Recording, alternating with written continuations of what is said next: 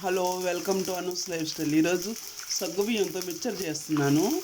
Oil బాగా కాగింది. ఇది అర కేజీ ప్యాకెట్ తీసుకున్నాను సగ్గుబియ్యము. ఇది వేపుతా ఉన్నాను.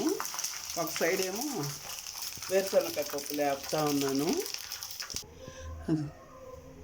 అది ఉప్పు మిరపకాయలు వేయించేసాను. దాంట్లో పసుపు వేస్తున్నాను.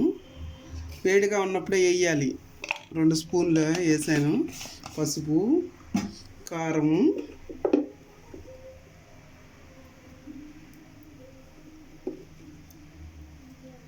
చాలా ఉన్నాయి కాబట్టి కొంచెం ఎక్కువ వేసా. కారము, సాల్ట్ టేస్ట్కి సరిపడా వేసుకోవాలి.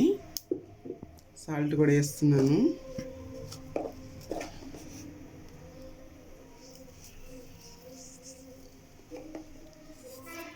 అక్కడ వేయించేసాను. కరివేపాకు వేసేసి వేయించాను. కరివేపాకు దీంట్లో కలిపేసాను.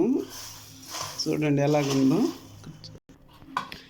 ఇందాక వేరుశనగకాయ పప్పులు వేయించుకున్నాం కదా, దాంట్లోనే కొంచెం శనగలు కూడా వేసాను. అవి కూడా వేయించేసాను.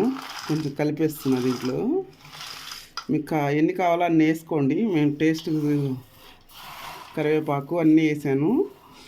సగ్గుబియ్యంతో మిక్చర్ రెడీ. నచ్చితే లైక్ చేయండి, షేర్ చేయండి, సబ్స్క్రైబ్ చేసుకోండి. ఓకే, బాయ్ అండి.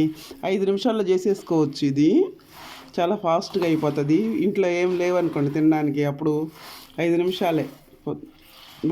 బాగా వస్తుంది. టేస్ట్ కూడా బాగుంటుంది. ఓకే అండి, బాయ్.